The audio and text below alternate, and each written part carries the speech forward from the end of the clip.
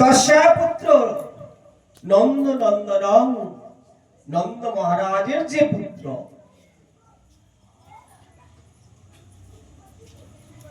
তিনি কোথায় থাকেন, কি করেন? বলে যদ্ধাম সে বৃন্দাবনম, যিনি বৃন্দাবনের মধ্যে সর্বদা নিত্য বিরাজমান। ব্রহ্মবৈবর্ত পুরাণে ব্রহ্মা বলছেন, আমরা সবাই বলি ওই দ্বারকায় চলে গেল, 100 বছর বিচ্ছেদ হয়ে গেল রাধারানীর সঙ্গে, বৃন্দাবন ছেড়ে চলে গেল, নানা রকম সিরিয়ালে উৎপটাং মাথায় ঢুকিয়ে দিচ্ছে। কে বলছে বংশী রেখে যাচ্ছে, কে বলছে ওই ছেড়ে চলে গেল। ব্রহ্মবৈবর্ত পুরাণে ব্রহ্মা বলছেন, না, বৃন্দাবনে পরিত্যজ্যং পাদম একম ন গচ্ছতে, যিনি বৃন্দাবন পরিত্যাগ করে এক পাও বাইরে রাখেননি,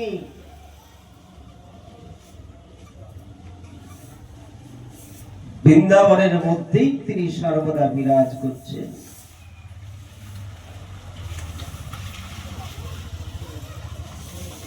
সেই কৃষ্ণ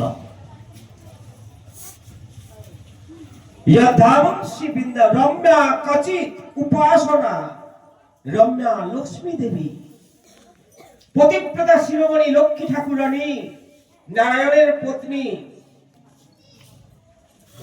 যাকে প্রাপ্তি করবার জন্য, যাকে পাওয়ার জন্য সর্ব ঐশ্বর্য বৈকুণ্ঠ পরিত্যাগ করে বৃন্দাবনে বেলবনে এসে তপস্যা করছেন যে কবে কৃষ্ণ ধনকে প্রতিরূপে লাভ করব।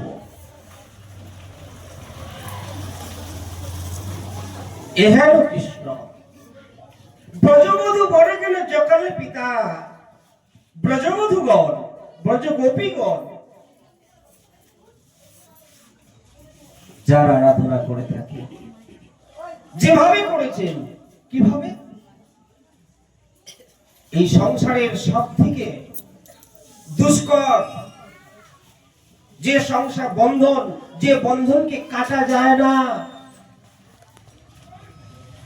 সংসারের সব থেকে কড়া বাঁধন, সোজা কোথায়, যে বাঁধনকে আমরা কেউ কাটতে পারি না,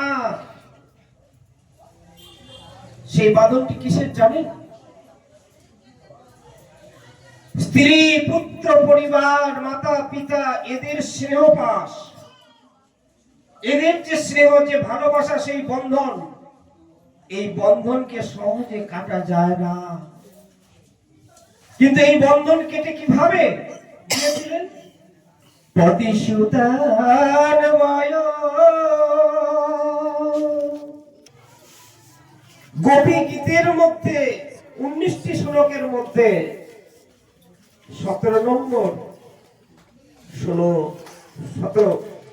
15 নম্বর শ্লোকে বলছেন যে হে গোবিন্দ, পতি পুত্র আত্মীয় স্বজন, এদের বন্ধনই আমার সব থেকে বড় বন্ধন, এদেরকে ছেড়ে যাওয়া যায় না।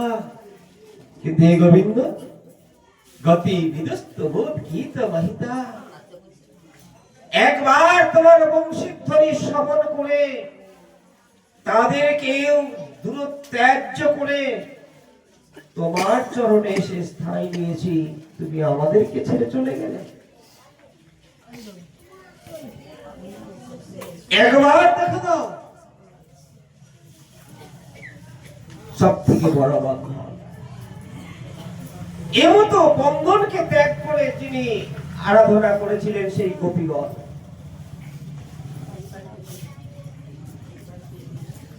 শ্রীমদ ভাগবত প্রমাণ অবলম্ব, শ্রীমদ ভাগবত মহাপুরাণ যাকে বলছেন, প্রমাণ দেখাচ্ছেন ভগবান নন্দনন্দন কৃষ্ণ।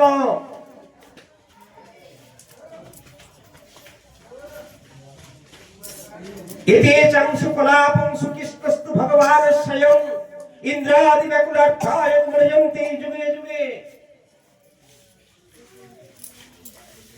মৎস্য কুর্ম বরাহ নৃসিংহ বামন আদি যত অবতার, সমস্ত অবতারের অবতরী স্বয়ং কৃষ্ণ নন্দন কৃষ্ণ, যশোদানন্দন কৃষ্ণ। শ্রী চৈতন্য মতমিদং মহাপ্রভুর এই মত। অন্য মত ধরিলে হবে ছারখার, মহাপ্রভুর যেই মত সেই মতই সার। গলিতে গলিতে নানান মত, নানান পন্থ গজে উঠেছে, লুপ্ত হয়ে গেছে সৎগ্রন্থ, সৎগ্রন্থ সৎশাস্ত্র লুপ্ত। নতুন নতুন পন্থা উঠে পড়েছে, নতুন নতুন রাস্তা বার করে দিচ্ছে।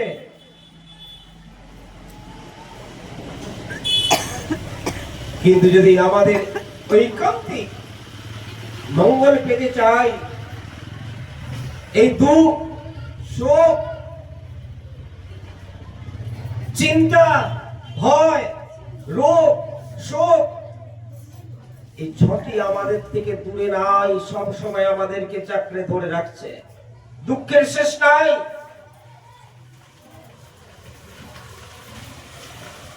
ব্যাধির শেষ নাই, একের পর এক ব্যাধি। শোক, কেউ মাতাহারা শোক, কেউ পিতাহারা শোক, কেউ স্বামীহারা শোক, কেউ পুত্রহারা শোক। কোনো না কোনো শোকে আমরা জর্জরিত।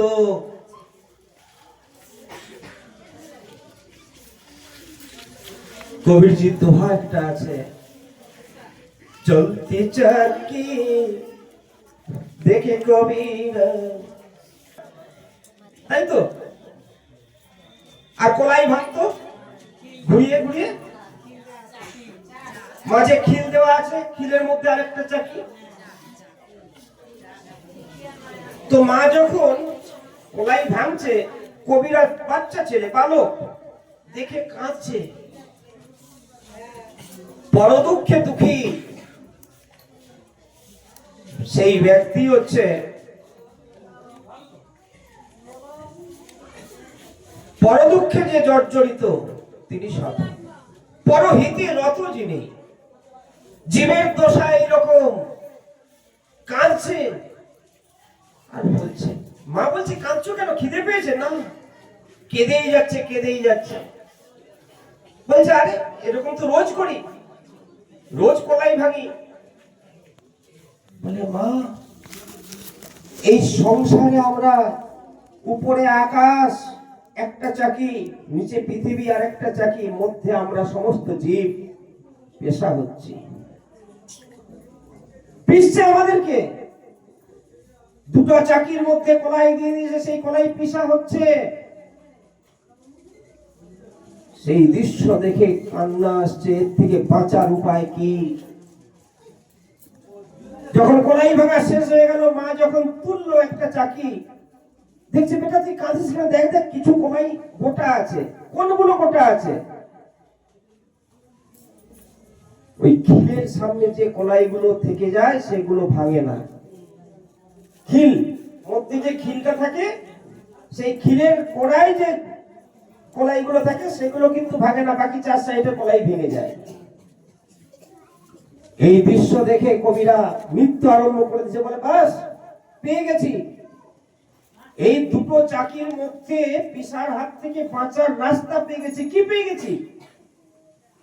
বলে এই সংসার চাকিতে আমরা পিসা হচ্ছে ঠিকই, কিন্তু গুরুচরণ আশ্রয় আর হরিনাম রূপী খিলকে যদি আশ্রয় করে আমরা থাকি, তাহলে আমরা পিসা হব না। গুরুচরণ আশ্রয় করে আর হরিনাম রূপী খিলকে যদি ধরে থাকি, তাহলে যাতা যতই ঘুরুক না কেন পিসা আমরা হব না। আর যে না ধরবে সে এতে ভেসে যাবে, পিসা হয়ে আটা বেরিয়ে যাবে। অতএব সাবধান। তাই মহাপ্রভুর মত বলে তোমরা নাম করো, নাম ভজ, নাম ভজ, নাম জপ, নাম করো সার, নাম বিনা কলিকালে গতি নাহি আর। নাম ভজ,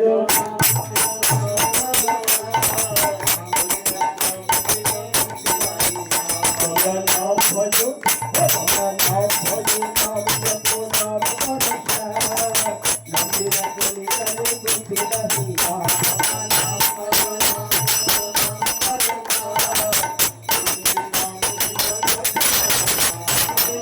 নাম কৃষ্ণ ভজন করি, নাম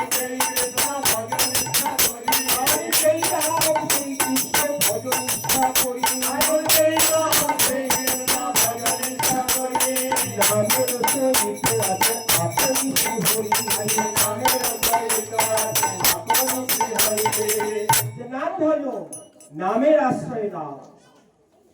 বলে মহারাজ কোন নাম করব? নাম তো অনেক আছে, নাম অনেক আছে, কোন নাম করব, কোন নাম করলে কি হবে?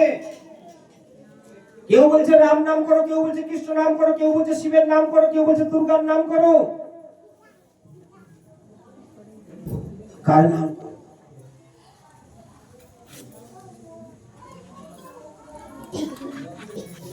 পরীক্ষিত মহারাজের প্রশ্ন সুখদেব গোস্বামীর কাছে, গুরুদেব কৃপাপূর্বক আপনি বলে দেন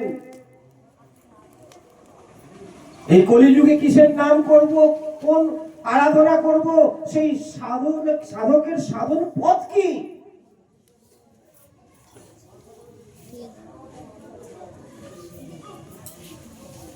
দুঃখের সমুদ্র এই সংসার,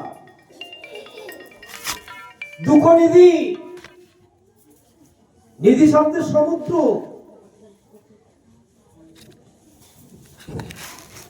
বলছে দোষের সমুদ্র, করো দোষের নিধিরাজন, অস্তিক মহান গুণ, কীর্তনেব কৃষ্ণস্য, মুক্ত সংগাত পরম ব্রজে। করো এই কলিযুগ, এই দোষের সমুদ্র, যেদিকে এই চোখ পড়বে সেদিকে দোষ ছাড়া কিছু নাই। এর দোষ খুঁজছে, সে তার দোষ খুঁজছে, কেউ ঘুরে দেখছে না, কেউ ভেবে দেখছে না যে আমার পিছনটা যে চালনির মতো ঝাঁঝরা হয়ে গেছে, আমি ছুঁচের বিচার করতে যাচ্ছি, এ তাকে দোষারোপ করছে। কেউ দুর্গার নাম করছে তো তাকে বলছে আরে ও দুর্গা করছে, ও শিব করছে, করছে। সবাই একে একে করে একে অপরের দোষী দেখাচ্ছে, কেউ মহৎ গুণ নেওয়ার আশা করছে না। সুখদেব গোস্বামী বলছেন এই দোষের সমুদ্র থাকা সত্ত্বেও কলিযুগকে কেউ ভালোবাসতো না। সব থেকে নিকৃষ্টতম যুগ হচ্ছে কলিযুগ।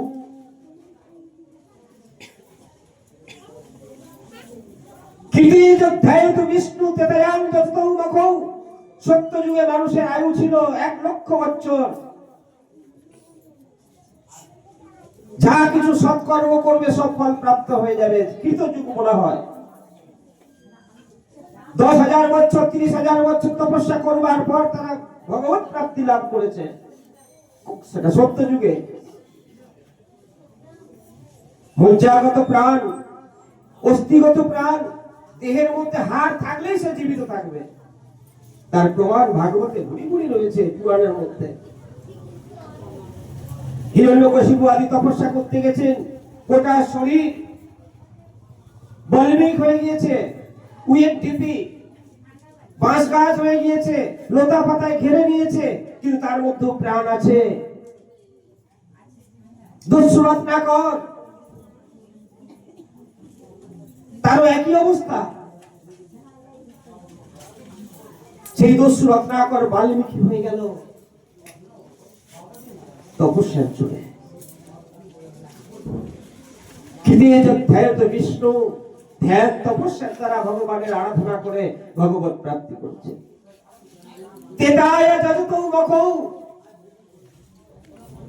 তেতা যুগে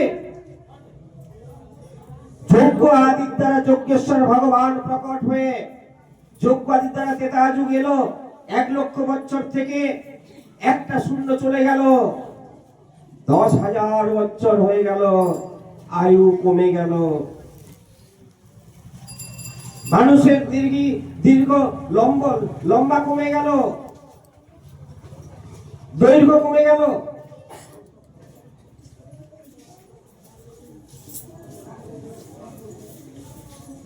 দাপর যুগ এলো, আরেকটা শূন্য চলে গেল,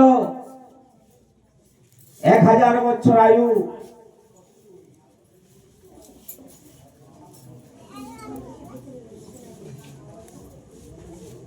ঘরে ঘরে অর্চনার দ্বারা ভগবান শ্রীকৃষ্ণ প্রকট হয়ে পুজো শিখালেন। অর্ষা বিগ্র রূপে প্রকট হলেন। দাপর চলে গেল তো কলিযুগ এলো। শাস্ত্র মোতাবেক 100 বছর আয়ু পার্মানেন্ট হওয়া উচিত, কিন্তু 60, 70, 80তেই খতম। সেঞ্চুরি কজন হচ্ছে?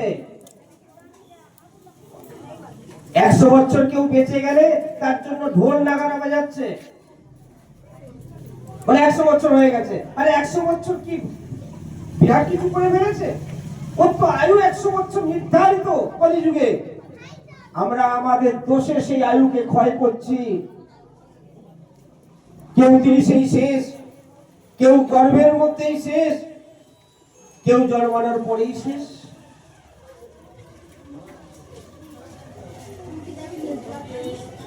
কলিযুগ কেবল নাম আধারা, অন্নগত প্রাণ, নিজগত মন। একদিন না খাবার খেলে শরীর আর চলে না। আর মন বলে মন্দমতির মতে আছো উপদ্রব। মন্দের মন্দ, মন্দের মন্দ, খারাপের খারাপ, খারাপের খারাপ আমাদের মন। এই মন বড় পাপী, বড় পাজি।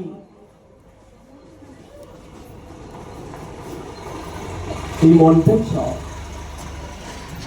এমতো মনের মধ্যে আমরা ধ্যান করতে পারবো না, তপস্যা করতে পারবো না, যজ্ঞ করতেও পারবো না, আর অর্জন করতেও পারবো না। কারণ কলিযুগ মেশিনারি যুগ, কলকি যুগ, কলেজ যুগ, মেশিনের যুগ।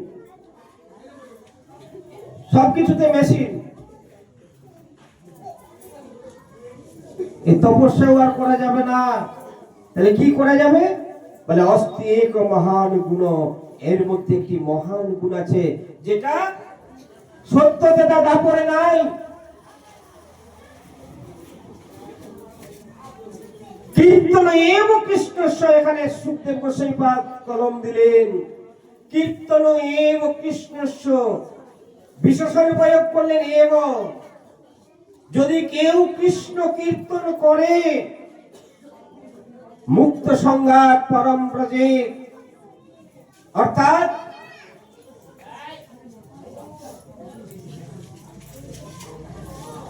সত্যতেতা দাপর কলি দাপরে যে গতি লাভ হতো ওই তপস্যার দ্বারা, যজ্ঞের দ্বারা, অর্চনের দ্বারা, কেবল কৃষ্ণ নামের দ্বারা সেই গতি প্রাপ্ত হয়ে যাবে।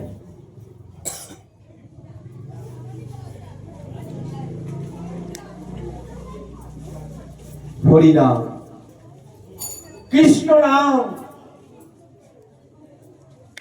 আর সেই নাম যখন নিয়ে এলেন কে? এই কলিযুগের ভগবান। প্রত্যেক যুগের ভগবান আছে। সত্য যুগে সত্যমূর্তি নারায়ণ স্বরূপ, সেটায় রাম, তারপরে কৃষ্ণ। তাহলে কলিতে কে?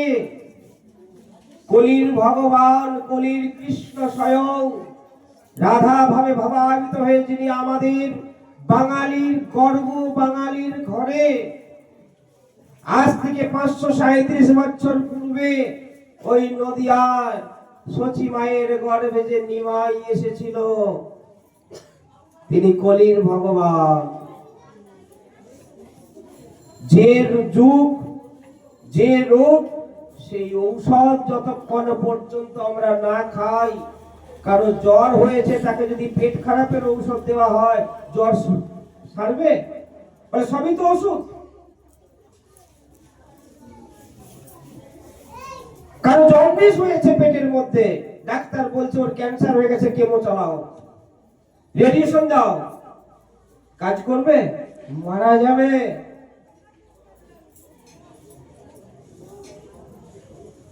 কলিযুগের যে ভগবান, তার আরাধনা যতক্ষণ না করছি, এই কলির ভবরোগ থেকে আমরা কেউ নিস্তার পেতে পারি না। তাই মহাপ্রভু সেই নাম নিয়ে এলেন। আর নাম নিয়ে এসে ঘরে ঘরে গিয়ে বলছেন, এরম বলো তবে শুনো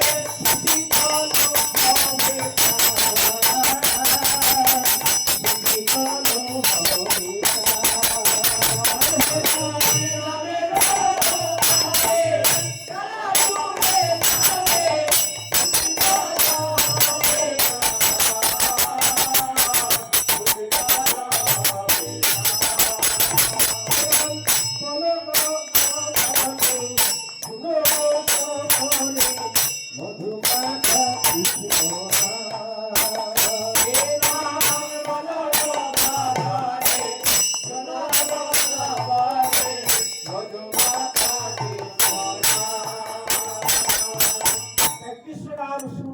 কৃষ্ণ নাম বলো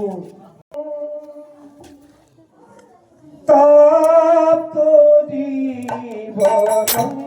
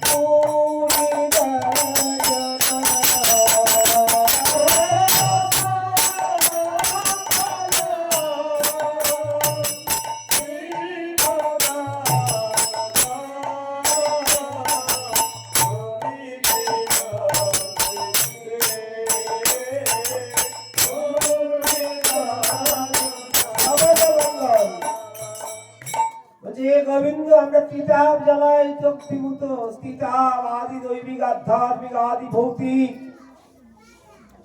আমরা দেবতাদের দ্বারা তাপিত, ভয়ভীত, কখনো খরা, কখনো ভূমিকম্প, কখনো বন্যা।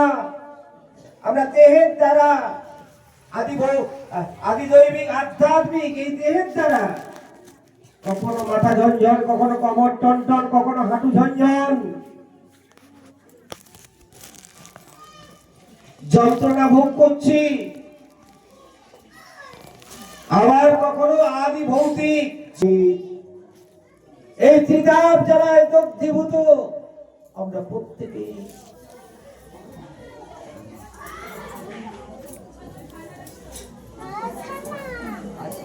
এতে জ্বলতে জ্বলতে জ্বলতে জ্বলতে ত্রিতাপ জ্বালায় জর্জরিত হয়ে অস্থির হয়ে পড়ছি এই ভব পারাপারে। তাপিত হৃদয় যন্ত্রণায় ছটফট করছে। হে গোবিন্দ তব কথামৃতম, তোমার কথারূপী অমৃত এই ত্রিতাপ জ্বালাকে দগ্ধীভূত করতে পারে, দূরীভূত করতে পারে। তপ্ত জীবন বলে আমরা বলছি না, কবি বিনীড়িতম, বড় বড় কবিগণ। কোন কবি? রবীন্দ্রনাথ, কাজী নজরুল, এনারা নয়। কবি বলতে এখানে ব্রহ্মা, নারদ আদি কবিকে বলছেন। ব্রহ্মা আদি, নারদ আদি, শিব, এই সমস্ত কবিগণ বর্ণনা করছেন, হে গোবিন্দ তোমার নাম কলমশাপহম, কলির কলমশ। যে দুঃখ রূপী আবর্জনা আছে তাকে দূর করবার একমাত্র উপায় শ্রবণ মঙ্গলম। শ্রবণ করলেই মঙ্গল, শুনলেই মঙ্গল। বলে শুনলে মঙ্গল কেন বললেন? আমাদের কটা ইন্দ্রিয় আছে? 10টা। 5টা কর্মেন্দ্রিয়, 5টা জ্ঞানেন্দ্রিয়। 5টা জ্ঞানেন্দ্রিয় চক্ষু, কর্ণ, জিহ্বা, নাসিকা, ত্বক। আর 5টা কর্মেন্দ্রিয় পাক, পানি, পাক, বায়ু, উদর, উপস্থ।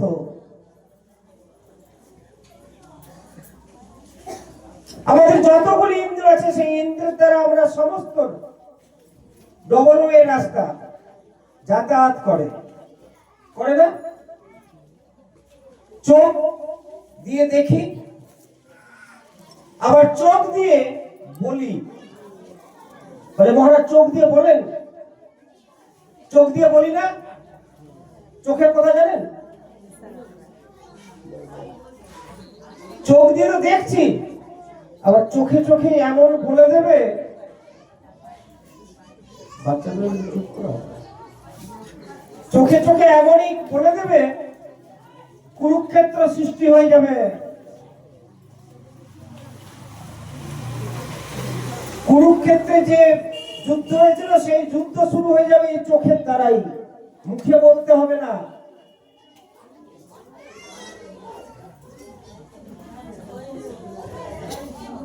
গান ছিল না, চোখে চোখে কথা বলো, মুখে কিছু বলো না। চোখে চোখে ইশারায় কথা হয়ে যাচ্ছে। তাহলে চোখ দুটো কাজ করছে। নাক ও দুটো করছে, নিচ্ছে আর ছাড়ছে, আউট গোয়িং করছে না, দুটো করছে। শরীরের দ্বারাও দুটো হয়, শীত গরম অনুভব করছি, আবার শরীরের বর্জ্য পদার্থ এই ত্বক দিয়ে বেরিয়ে যাচ্ছে, লোম দিয়ে, ঘামের মাধ্যমে, দুটো কাজ করছে।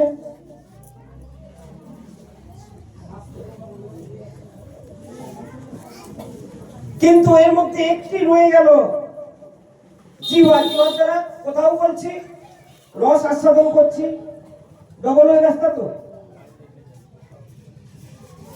বলুন তো কান যে রয়েছে, কানের দ্বারা দুটো রাস্তা আছে, সব ইন্দ্র দুটো করে কাজ করছে। এবারে কান একমাত্র একটাই ইন্দ্র, যে একটাই কাজ করে, কেবল শুনে, কিছু বলেও না, আদার্স অন্য কিছু করেও না। তাই নববিধা ভক্তির সর্বপ্রথম শ্রবণ। শ্রবণ কীর্তনে বিষ্ণু স্মরণম পাদ সেবনম অর্চনম দাস্য সূক্ষ্ম আত্মনিবেদনম বন্দনম। এই যে নববিধা ভক্তি, এর সর্বপ্রথম ভক্তি স্টেজ হচ্ছে শোনা। কারণ সব ইন্দ্র আমাদের ডবল ডবল কাজ করে, একমাত্র কান আছে যেটা একটাই কাজ করে, শুনে। শোনাটা এই কান দিয়ে শুনে ওই কান দিয়ে বার করে দেওয়া তা নয়। শোনা মানে হৃদয় অঙ্গম করা, হৃদয়ের মধ্যে অনুভব করা, তবে হবে সেটা বিজ্ঞান। অনুভূতির দ্বারা যেটা, যে জ্ঞান প্রাপ্ত হবে। সিগারেটের প্যাকেটে লেখা আছে, cigarette smoking is the very injurious to your health, লেখা তো আছে। সব মাদক দ্রব্যের গায়ে লেখা আছে, ক্যান্সার থেকে বাঁচো। অনুভব আছে, জ্ঞান তো আছে, অনুভূতি আছে নাই। যে কারণে ওই জ্ঞান বিজ্ঞান নয়, বিশেষ জ্ঞান বিজ্ঞান। সেই বিজ্ঞান তখনই হবে যেটার মধ্যে অনুভূতির সঙ্গে। বন্ধা নারী সে সন্তান প্রসবের যন্ত্রণা কোনোদিন বুঝতে পারে না। বলতে পারে প্রসবের সময় খুব যন্ত্রণা হয়, এই হয় সেই হয়, কিন্তু কতটা হয়, কি হয়, একমাত্র সেই বলতে পারে। অর্থাৎ যার অনুভূতি আছে, তিনি হচ্ছেন বিজ্ঞানী। অনুভব আমার কথা নয়। রামচরিতমানসের মধ্যে তুলসীদাস বলছেন, পার্বতী দেবী যখন প্রশ্ন করেছিলেন শিবজি মহারাজকে যে হে প্রভু, এই সংসারের সার কি? এই সংসারে আমরা যা দেখছি, যা করছি, সেটাই কি সার?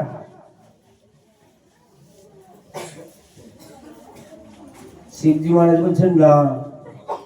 উমা কহু অনুভব সব আপনা, উমা কহু অনুভব আপনা, সত হরি ভজন বিনু সব জগ স্বপ্না।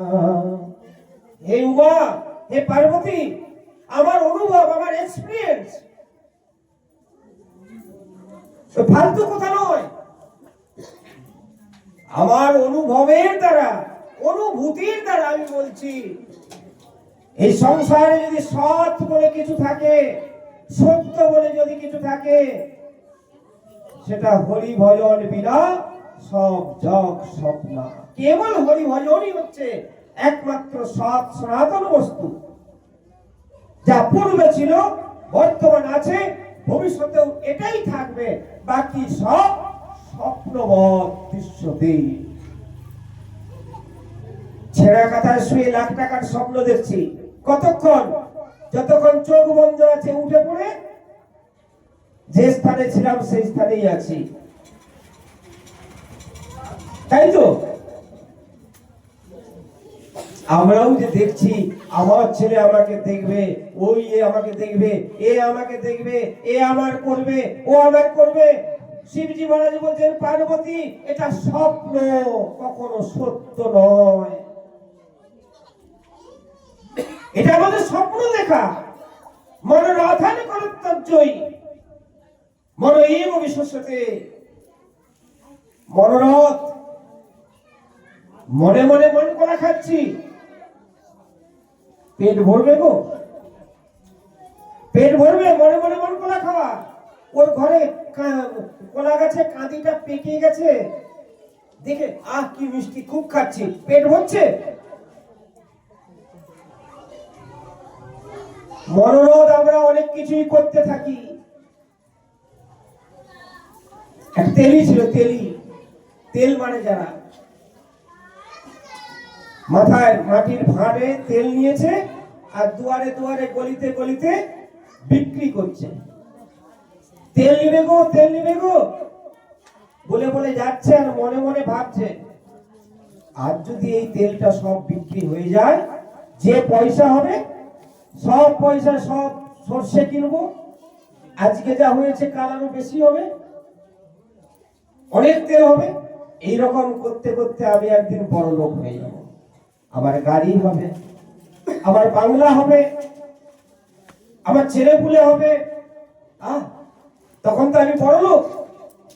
মাথায় কিন্তু তেলের ভাঁড় আছে, আমার নাতি পুতি হবে, তাদেরকে আমি মানুষ করব, মানুষের মতো মানুষ। আমি তো গরিব, তেল বিক্রি করি, কিন্তু আমার নাতিকে আমি সেই ভাব করতে দেব না। এইরকম করতে করতে যাচ্ছে রাস্তায়। ও আরে দু চারটা ছেলে যদি হয়, নাতি যদি হয়, একটাকে নেবো, একটাকে এ করবো, আর যে বদমাইশি করবে তাকে কোল থেকে ছেড়ে নামিয়ে দেবো। কোল থেকে নামাবি কি বেটা, ওই তেলের ভাঁড়টাই হাত থেকে ধরো। স্বপ্ন দেখেছিল গাড়ি হবে, বাংলা হবে, ব্যবসা বড় হবে, কিন্তু তেলের ভাঁড়টাই তো চলে গেল। স্বপ্ন দেখা সার হলো। আমরাও স্বপ্ন দেখছি, মনে হয় এ আমায় রক্ষা করবে, ও আমায় রক্ষা করবে, ও আমায় বাঁচাবে। না, রক্ষসেতি বিশ্বাস বক্তিত্বে পরম তথা একমাত্র রক্ষাকর্তা ভগবান ব্যতীত অদ্বিতীয় কেউ নাই।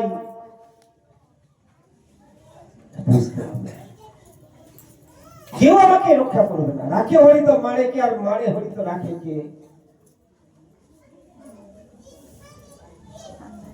ধর্ম রক্ষতি রক্ষতঃ, চলং ধনং চলং প্রাণা চ জীবিত চলং যৌবনা। বলেন দেখো, এই সংসারে যার ধন আছে সে তো ঘোড়াকে সোনা জ্ঞান করছে ধনের দ্বারা। বেটা এই সংসারে ধন কারো কাছে চিরস্থায়ী হয়ে থাকবে না, চিরস্থায়ী হবে না। আমরা ছোট থেকে এই গ্রামের মধ্যে অনেক বড় বড় ধনীকেও দেখেছি, আজ তার ঘরে প্লাস্টার খসে পড়ছে, রিপেয়ারিং করবার কেউ নাই।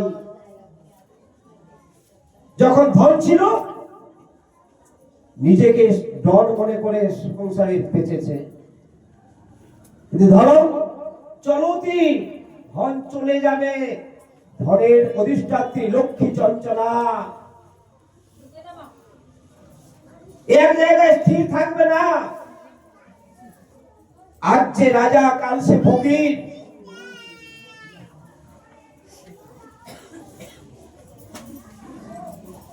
আজ যে ধনী ধনপতি কাল সে রোডপতি, রাস্তায় বসে ভিক্ষা করছে।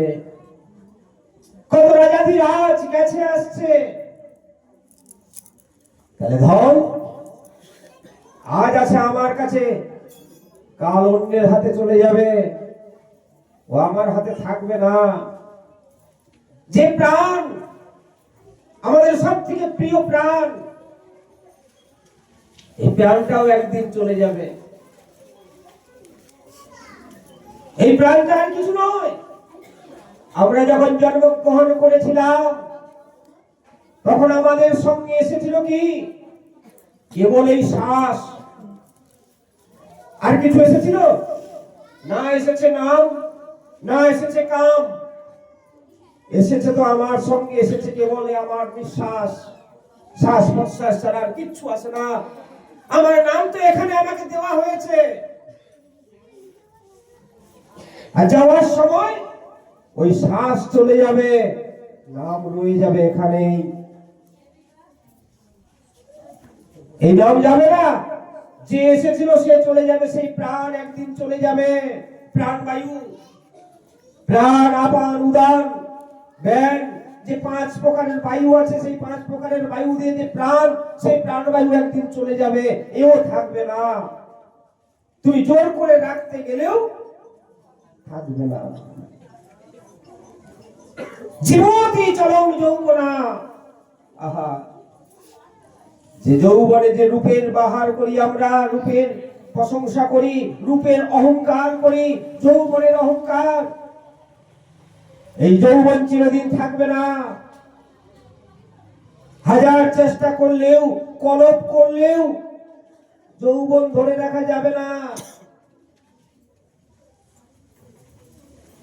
এই জগতের সব থেকে বড় ধনী একজন ছিলেন, যে যৌবনকে ধরে রাখার জন্য বহু চেষ্টা করেছিল।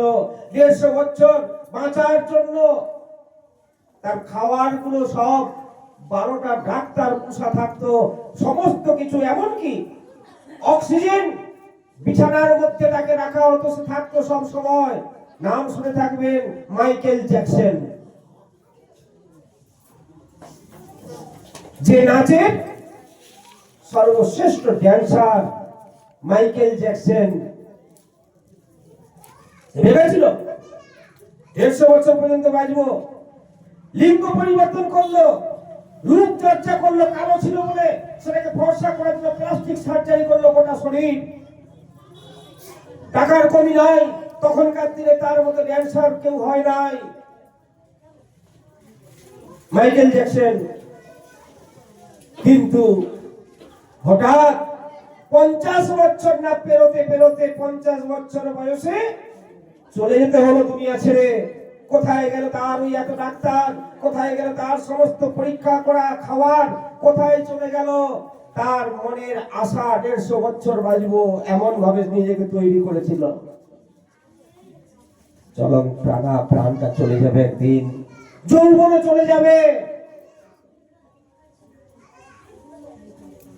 যৌবন যতদিন তোমাকে সবাই পূজা করবে, যাবৎ বৃত্ত পরিবার বৃত্ত, যতদিন তুমি খাটতে পারবে সংসারে, দিতে পারবে, ততদিন তোমাকে বলবে আমার মা, আমার বাবা, আমার স্বামী, আমার পুত্র, আমার। যেই দিন তুমি দেওয়া বন্ধ করে দেবে, সংসারের কাজ করা বন্ধ করে দেবে, অক্ষম হয়ে যাবে, করতে পারবে না, সেই দিন ওরাই বলবে ঘাটের মোরা মূল্য না। যৌবনে চলে যাবে, এও চিরস্থায়ী নয়। নিশ্চলং একহি নিশ্চল ধর্মা, একমাত্র যদি নিশ্চল থাকে তা হচ্ছে ধর্ম। যৌবন অবস্থাতেও থাকবে, বৃদ্ধ অবস্থাতেও থাকবে, ধনীরও থাকবে, গরিবেরও থাকবে, বেঁচে থাকলেই থাকবে, মৃত্যুর পরেও সঙ্গে যাবে কি না ধর্ম। সেই ধর্ম কি? খ্রিস্টান ধর্ম, ইসলাম ধর্ম, হিন্দু ধর্ম, সনাতন ধর্ম, কোন ধর্ম? এখন ধর্মের ব্যাপারই আমরা করছি জগতে। এ বলছে এই ধর্ম, ওই বলছে ওই ধর্ম। ধর্ম আদি কি? যে বস্তু যাহার স্বরূপগত বৈশিষ্ট্য তাহাই তাহার ধর্ম। যে বস্তুর যাহা স্বাভাবিক স্বরূপগত বৈশিষ্ট্য। জলের স্বরূপগত বৈশিষ্ট্য কি? জল সর্বদা নিম্নগামী হবে, নিচের দিকে যাবে, একে কাউকে বলে দিতে হয় না। পাথর, পাথরের ধর্ম হচ্ছে কঠিন, শক্ত হবে পাথর, পাথর জলের মতো নরম হবে না। পাথর জলের মতো নরম হবে না, তরল হবে না, পাথর কঠিন হবে। এটা তো ধর্ম। যখন এটার থেকে তাকে দূর করে দেবে, সে আর কি থাকবে? সে পাথর থাকবে? সে পাথর থাকবে না। দুধের ধর্ম কি? ধবলতা, দুধ স্বাভাবিকভাবে সাদা হবে, দুধে যদি আলতা মিশিয়ে দিই, লাল করে দিই, ওটাকে আর কেউ দুধ বলবে? দুধ বলবে? তাহলে দুধের ধর্ম সাদা হবে দুধ। অগ্নির ধর্ম ত্রাহিকা শক্তি। অগ্নিতে যা কিছু আসবে পুড়িয়ে ছাই করে দেবে, তাই কি না? এখন যাত্রা থিয়েটারে দেখাচ্ছে দাউ দাউ করে আগুন জ্বলছে, মানুষ দিয়ে দিচ্ছে, হরিশ্চন্দ্র শৈবা যাত্রা থিয়েটার দেখাচ্ছে, ওটা তো লাইটের ক্যাপাসিটি, সত্যিকারের আগুন তো নয়। এ তো লাইট দিয়ে প্লাস্টিক উড়িয়ে দিচ্ছে, বলছে ওই আগুন জ্বলছে, যাত্রায় দেখায় না? এ তো লাইটের কেরামতি, এটা আগুন নয়। আগুন যে হবে তার একটাই কাজ, পুড়িয়ে ছাই করে দেবে।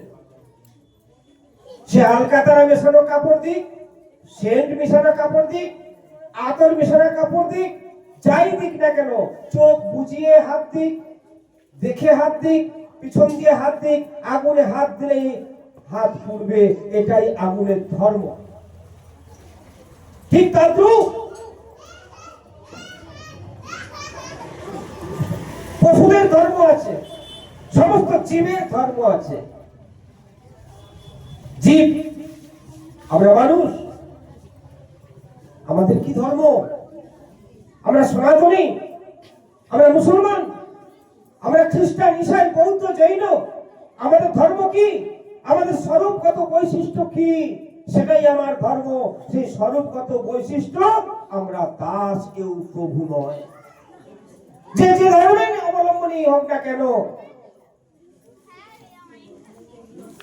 দাসত্ব থেকে মুক্তির কোন রাস্তা নাই।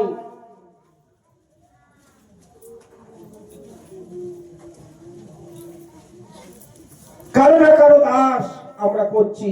যে যত বড়ই চাকরি করুক না কেন, যে বাসন মাজছে, বাড়িতে ঝিয়ের কাজ করছে, সেও দাস। আর যে অফিসে চাকরি করছে, 1 লাখ টাকা তার বেতন, সেও দাস। কারো না কারো আন্ডারে সে দাসত্ব করছে, কেউ প্রভু নয়। এটা আমার ধর্ম। মুসলমানের ঘরে জন্ম নিয়ে সেও দাসত্ব করছে, খ্রিস্টানের ঘরে জন্ম নিয়ে সেও দাসত্ব করছে। অর্থাৎ আমরা মানুষ, মানবের যে ধর্ম, তাহাই তাহার স্বরূপ। যেই দিন আমাদের স্বরূপ অবগত হবে,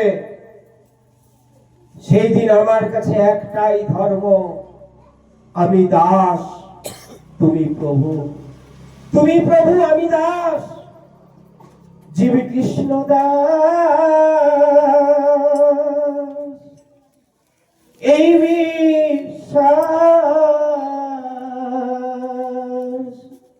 জীব কৃষ্ণ দাস, এই বিশ্বাস। জীব কৃষ্ণ দাস, এই বিশ্বাস করে তোমার দুঃখ নাই।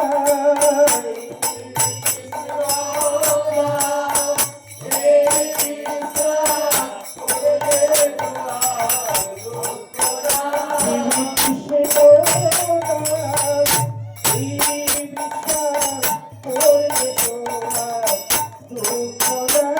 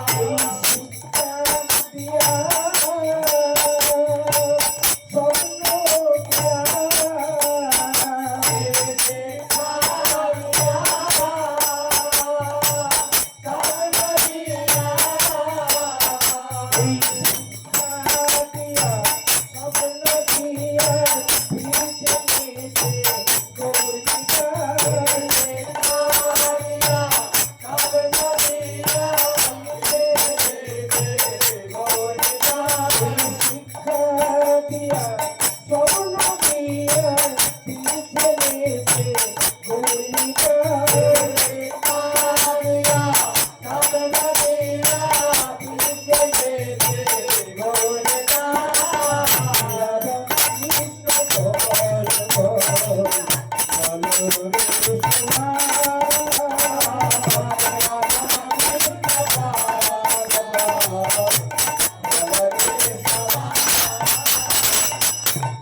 জীব কৃষ্ণ দাস, আমরা কারো বাপের দাস নয়।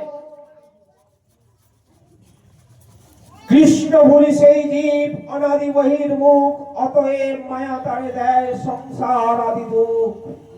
কৃষ্ণদাস কবিরাজ গোস্বামী পাদ চৈতন্য চরিতামৃতের মধ্যে কলম দিলেন, আমাদের দুঃখের কারণ কি? দুঃখ তো কেউ চাই না, না হিন্দুরা চায়, না মুসলিমরা চায়, না খ্রিস্টানরা চায়, না বৌদ্ধরা চায়। দুঃখ কেউ চায়? দুঃখ পাচ্ছি কেন? দাসত্ব ভুলে গিয়ে আমরা প্রভুর আসনে বসতে যাচ্ছি।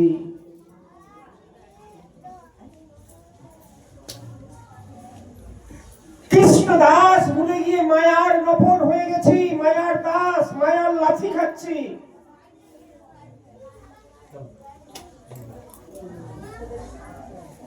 তাই তো আমাদের এত দুঃখ। ঠাকুর ভক্তি বিনোদ তিনি বলছেন, ওরে জীব, আমরা প্রত্যেকেই জীব, জীবাত্মা স্বরূপ। আমাদের দুঃখের একটাই কারণ,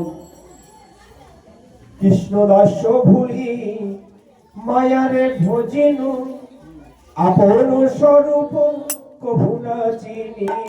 কৃষ্ণদাস ভুলি মায়ারে ভজিন, আপন স্বরূপ কভু না চিনিন। কৃষ্ণদাস ভুলি মায়ারে ভজিন, আপন স্বরূপ কভু না চিনিন।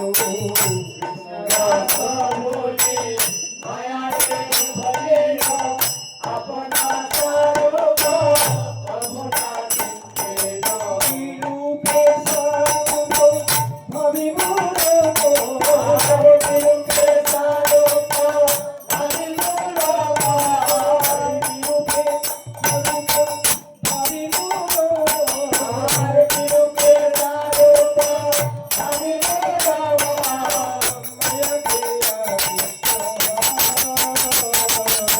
মায়া দেয়া কৃষ্ণ, মায়া দেয়া কৃষ্ণ, বিরূপে স্বরূপ ভাবি মূল, মায়া দেয়া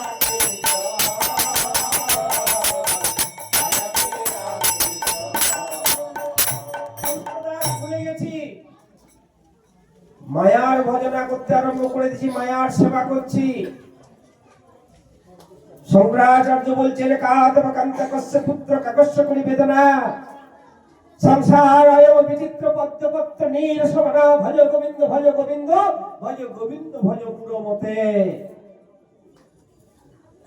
কে তোমার মা বাবা, কে তোমার ভাই বন্ধু, কে তোমার আত্মীয় স্বজন, এরা সেই দিন কেউ তোমার সঙ্গে যাবে না। আচ্ছা, এই কথাগুলো কি নতুন? এই কথাগুলো নতুন নয়। আদি অনন্তকাল থেকে আমরা শুনে আসছি, অনন্ত জন্ম ধরে শুনছি। তবু আমাদের এই দুরবস্থা কেন বলতে পারেন? কে জানে না কেউ সঙ্গে যাবে না? কে জানে না হরিভজনী সার? এখানে বৈখানস মহারাজ এসছেন, নতুন বলেননি এই কথা। এর আগে কত লোক বলে গেছে, কত জন্ম ধরে শুনছি। আমাদের মিস্টেক কোথায়? আমাদের গলতি কোথায়? ভুল কোথায়? যখন আসরে বসে শুনছি তখন মনে মনে ভাবছি, হ্যাঁ অবশ্যই করা দরকার। হ্যাঁ, আরে ভাই কিছু সঙ্গে যাবে না, কি নিয়ে এসেছিলাম, কি নিয়ে যাব, সব শুনছি। আর ভগবান হরি ভজন তো করতে হবে বাবা, এছাড়া গতি নাই, সব জ্ঞান আছে। যখনই করতে হবে, আজ নয় কাল। এই কালের গতিতে ধেয়ে যাচ্ছি। আরে এখন বয়স কি হয়েছে, এই তো সবে যৌবন, বৃদ্ধাবস্থায় গিয়ে হরিভজন করবো। আরে নাতিপুতি হয়ে যাক তারপরে করব, ছেলেটার বিয়ে দিয়ে দিই তারপরে করব। এই যে তারপর কত জন্ম চলে যায়, তার পর নেই কোনো ঠিকানা, তার পর নেই কোনো ঠিকানা নাই।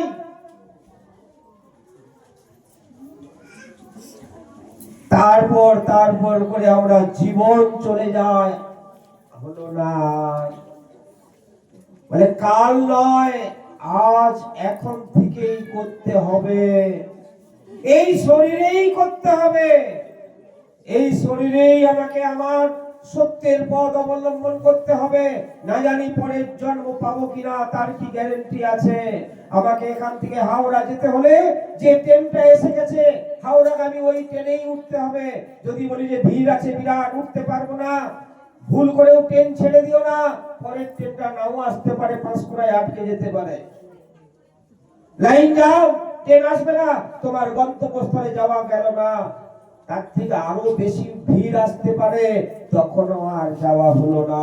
অতএব যে ট্রেন এসে গেছে সামনে, হাওড়া যাচ্ছে, তাতে যে কোনো ভাবে একবার পা গলিয়ে দিই, দেখবে চলতে চলতে ঠিক দুপা দাঁড়িয়ে যাবে, আমিও আরামসে আমার গন্তব্যস্থলে পৌঁছে যাব। চলার পথে আসবে বহু বাধা, বহু বিঘ্ন, অতিক্রম করে এগিয়ে যাও, তুমি একদিন সিট পেয়ে যাবে, বসেও আরামে চলে যেতে পারবে। উঠতে হবে, ভজন করতে হবে, আজ নয় কাল করে দিন কাটাইও না। কাল কৃষ্ণে দেখা, কই দেখা है কাল क्या होगा? যেখানে নিঃশ্বাসকে বিশ্বাস নাই, কদা রুদ্ধ ভবিষ্যতি, কখন কোন মুহূর্তে এই শ্বাসটা বন্ধ হয়ে যাবে, বাস বলে হার্ট অ্যাটাক হয়ে গেল। এই পাপ করা কখনো বন্ধ হয়ে যাবে, কোন ঠিকানা নাই, কোন নিশ্চিত নাই যে কাল আমার জীবনে আবার নতুন সূর্য আসবে। অতএব আজ যখন পেয়েছি, হেলায় হারায় না ভাই। কথা এখানেই থাকলো। আগামী দিনে ভোলানাথ বেড়ার ওখানে 7 দিন যাবৎ ভাগবত কথা হবে। আসুন সবাই দামোদর মাসে প্রদীপ প্রজ্বলন দিয়ে আমরা যে যার প্রসাদ নিয়ে বেরিয়ে যাব।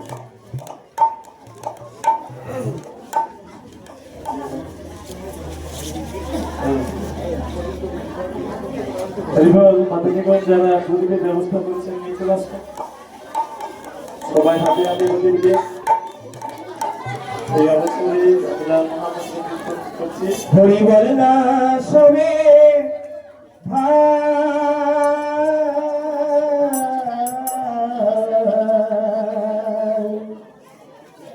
সেই খেলা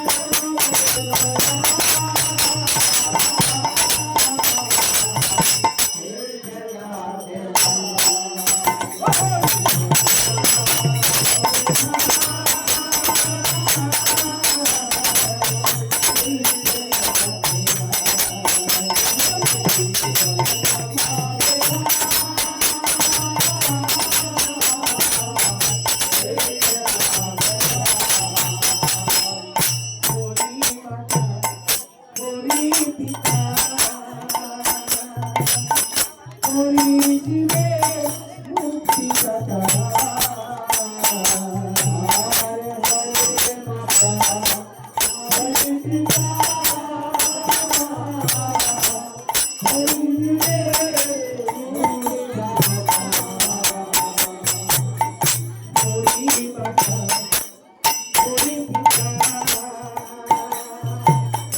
হরি দিলে মুক্তি পথে থাকে হরে হরে মাতা হরি পিতা